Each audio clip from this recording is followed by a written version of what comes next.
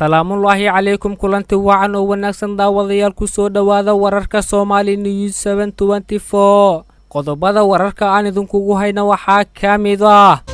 Xasan Sheekh Maxamuud oo sheegay inuu farmaajo baalmaray dastuurka Soomaaliya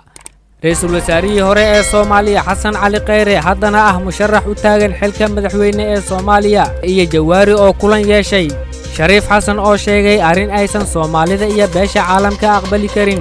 guddoonka golaha shacabka oo lagu eedeeyay in ay caburin ku hayaan xildhibaanada maxaa looga hadlay kulanka dhexmaray Axmed Madoobe iyo wakiilada beesha caalamka Justice Amation oo yiri Trump wuxuu Soomaaliya ku sameeyay wax aan la aqbali karin qodobadaas iyo qodobo kale oo dheeraad ah ayaan idin haynay ku soo dhawaada warkeena Somali News 724 oo xilli kasta aan halkaan idinkaga soo gudbino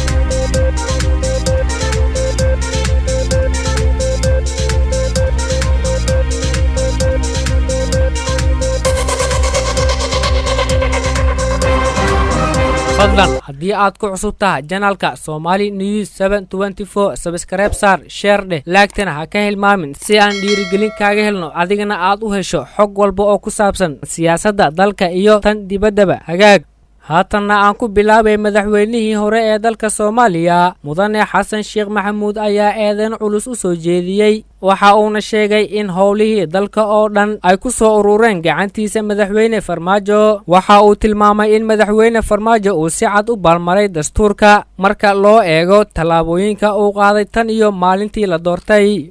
waxa uu xusay in aan la aqbali karin in 53 maalmood uu dalka u ahaado ra'iisul wasaare la'aan isla markaana shaqada hadda socota ay u muuqato keligii talisnimo waxa aan ugu baaqayaa bulshada Soomaaliyeed in laga shaqeeyo sidii loo badbaadin lahaa dalka oo hadda xaalad halis ah ku jira mudane Xasan Sheekh Maxamuud ayaa ugu dambeyntii sheegay in madaxweyne Farmaajo uu fiirsanayo xukuumad sharci darro ah Ra'iisul Wasaarihii hore ee Soomaaliya Xasan Cali Kheyre ayaa hoyga uu ka degan yahay Muqdisho kula kulmay guddoomiyihii hore ee baarlamaanka Soomaaliya Maxamed Mursal Sheekh Cabdiraxmaan Jawaari kulankan ayaa looga hadlayaa xaaladda siyaasadeed ee dalka gaar ahaan arrimaha doorashooyinka Kheyre ayaa dhawaan ku dhawaaqa inuu yahay musharax u taagan xilka madaxweynaha Soomaaliya xukuumaddii Xasan Cali Kheyre ayaa Jawaari ku riday sifo dadka qaar ay sheegeen in ay baalmarsaneed sharciga dalka waxaana la sheegay in wixii xilligaas ka dambeeyay aysan ka dhaxayn labada mas'uul wax xiriir ah walow haatan ay kulan yeesheen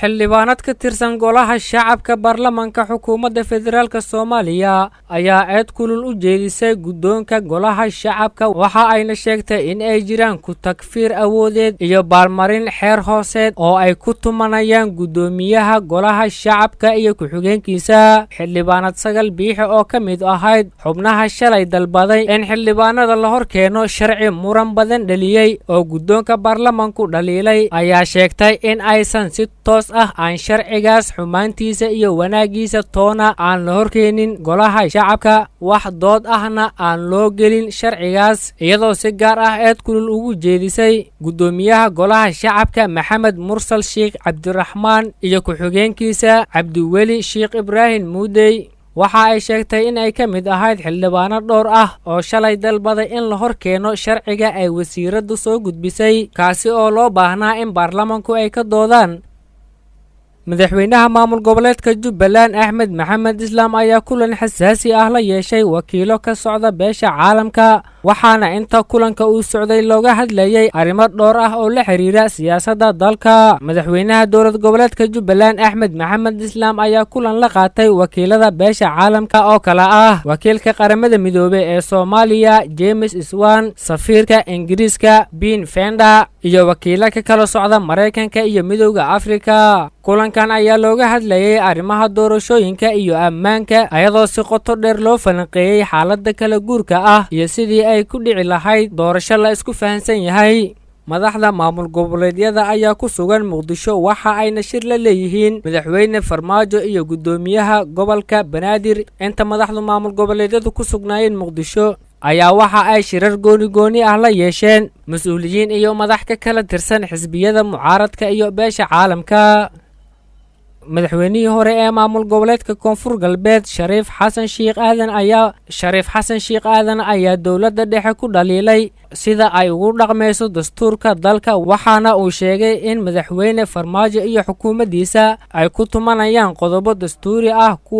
kuwaasi oo loo baahnaa in la ilaaliyo. waxa uu sheegay in wax laga xumaada ay tahay in dalka 2 bilood ku dhowaad uu ra'iisul wasaare la'aan yahay. waxa uuna sheegay in xukuumad dhacday ee dalka ka sii shaqaynayso, taasina waxa uu sheegay in dalka ay ku wado khatar hor leh.